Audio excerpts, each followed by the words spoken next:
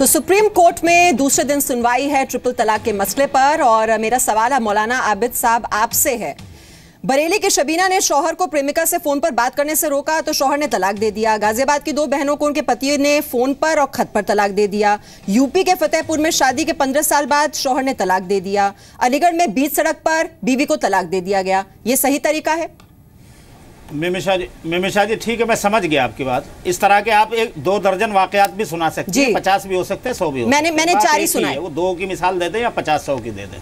देखिए, मैंने शुरू में भी एक बात कही थी कि ये काम जो करते हैं वो लोग करते हैं जो गुस्से में और जहालत में करते हैं। मैं जहालत का लफ्ज़ जानबूझ के इस्तेमाल कर रहा हूँ। मैं ये भी कह सकता था कि नावाकफियत में करते हैं, लेकिन नावाकफियत दूसरी चीज़ होती है। जहालत का मतलब ये होता है कि आपको गुस्सा आया और आपने तैश में आए, लड़ाई झगड़ा किया और साहब तलाक तलाक। ये गलत है, ये गैर इस्लामी तरीक़ा है। लेकिन हमारा जो कहना है कि गैर इस्लामी तरीक़े से भी आपने वो हक़ तो मिसयूज़ कर लिया ना।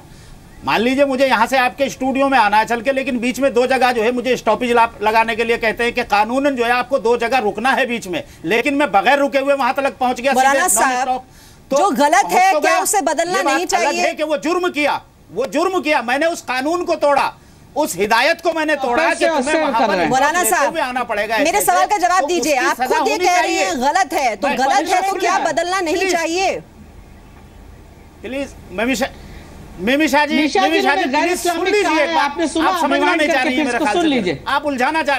देखिए, मैं कह रहा हूं मुझे आप 15 से 20 सेकंड दीजिए तो सही ना। मैं समझ रही हूं, आपने सही कहा। मैं ये कह रहा हूं इस मसले का हल ये है, इस मसले का हल ये है कि सुप्रीम कोर्ट को चाहिए कि वो personal law board, Jamiat Ulama और जो भी हमारे उलमा और फकीह और जो स्पेशलिस्ट हैं कुरान के और हदीस के, जो उलमा शरीयत हैं, वो उनसे कहे कि इस मसले का हल तुम निकालो। सारे पक्ष पहुंच रहे हैं मौलाना साहब, होना चाहिए। सुन लीजिए, चिल्लाने से नहीं होता। सारे पक्षों को बुलाया गया है, अगर सब अपनी बात रख रहे हैं तो दिनों से हम लोग चिल्ला रहे हैं। मैं ये कह रहा हूँ, देखिए आपने सलमान खुर्शीद का बयान सुनवाया, सुनिए आप क्यों बोल रहे हैं?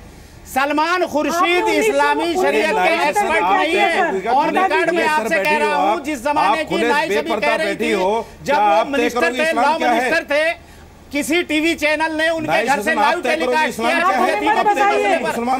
उन्होंने उसी वक्त आदमी भेज के बुलवाया कि बताइए मुझे मसला क्या है।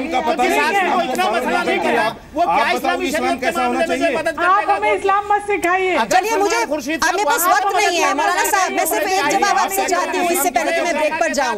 जो सुप्रीम कोर्ट कहेगा सारे पक्ष वहाँ पर जा रहे हैं, वो आपको मान्य होगा या नहीं? उसको सुप्रीम कोर्ट में पेश करने ले जाकर मौलाना साहब 1 मिनट हल निकल सकता है। आपके सामने आप नहीं, एक मिनट, एक सवाल का जवाब मुझे चाहिए इससे पहले कि मैं ब्रेक पर जाऊं। जो सुप्रीम कोर्ट कहेगा सारे पक्षों की बात सुनी जा रही है, वो आप मानेंगे? आप गुनाह क्यों ले रहे हैं? ताहिरा हसन थोड़े बताएंगे इस्लाम को, इस्लाम करिए, अपने आप को गुनाह पड़ेगा क्या?